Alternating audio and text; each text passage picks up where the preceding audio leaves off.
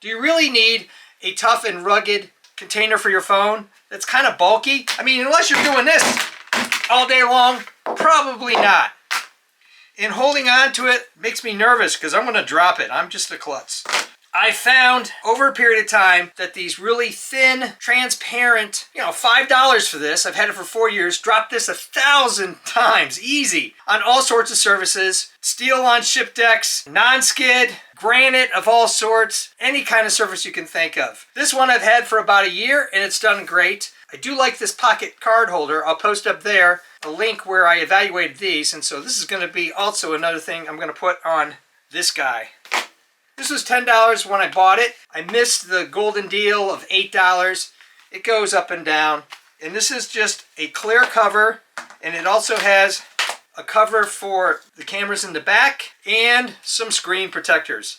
Never did the screen protectors before. This is Gorilla Glass on these things, but I think I'm just buying time, and I've been pretty lucky. Pretty much everybody I know has cracked a screen. I'd rather crack a protective screen than the actual screen itself. We'll go to a top-down shot, and I'll show you the insides of this kit, why I think it's a good one, and we'll give it a test, and I'll probably post another video after I've had it for a while. This is an unsponsored review. I just happened to find this on Amazon.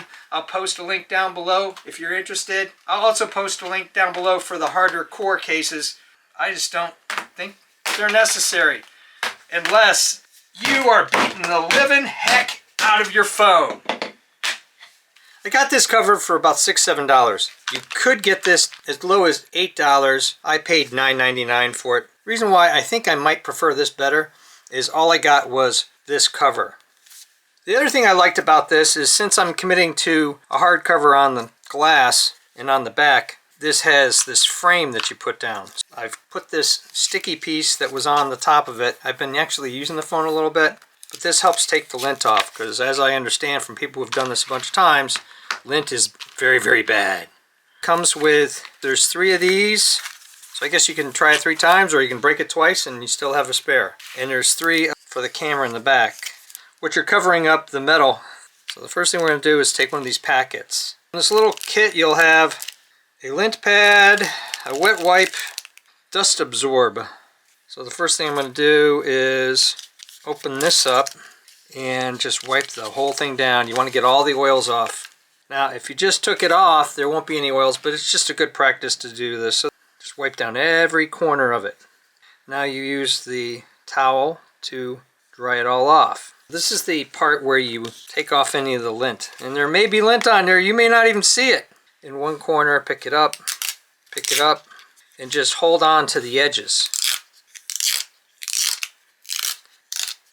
Put the frame on, and there is a top with some arrows. This is really thick tempered glass, so I guess that must be the back where the sticky is. Pull it off carefully, try not to get any lint on there. Lay it down, and start at the middle, and it will kind of do its thing. Oh, I got a piece of lint in there. Just out of curiosity, I want to see if I can pull it up. Oh, look at that. I can. Maybe save the lint, but guess what? It's probably on the sticky side. Is it on there? Come off. Did I get it? Maybe so. Put the frame back on. Alright, let's try it again. Start at the top, lean it in, push in the middle, and it just does its thing.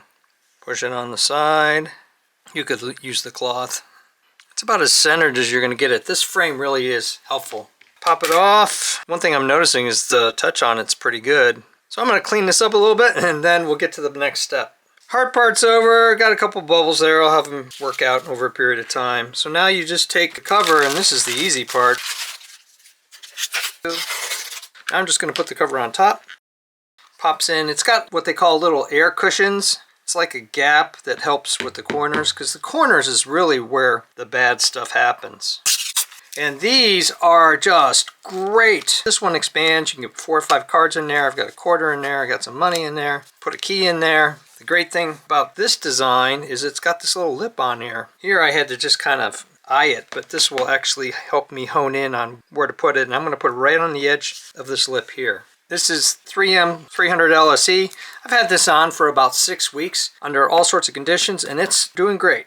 So you peel that off, the wet one that you had. Just do the same process that you did on the screen cover. You want to have it equal on both sides. Push it down, And there you go. Here the quarters shift back and forth, but these cards stay in there. I'll post this card holder down below. That doesn't go up much further than this little bevel lip here.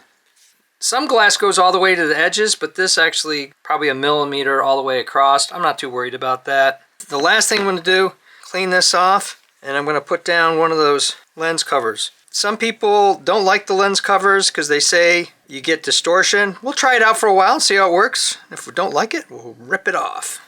This looks like metal. Stick it in, line it up, press it down. We got any lint in there? No, that's a center or something or other. So I'm going to take the little thing here, press it all down nice and good. And there is your complete installation of the cover. Initial thoughts is, I like it.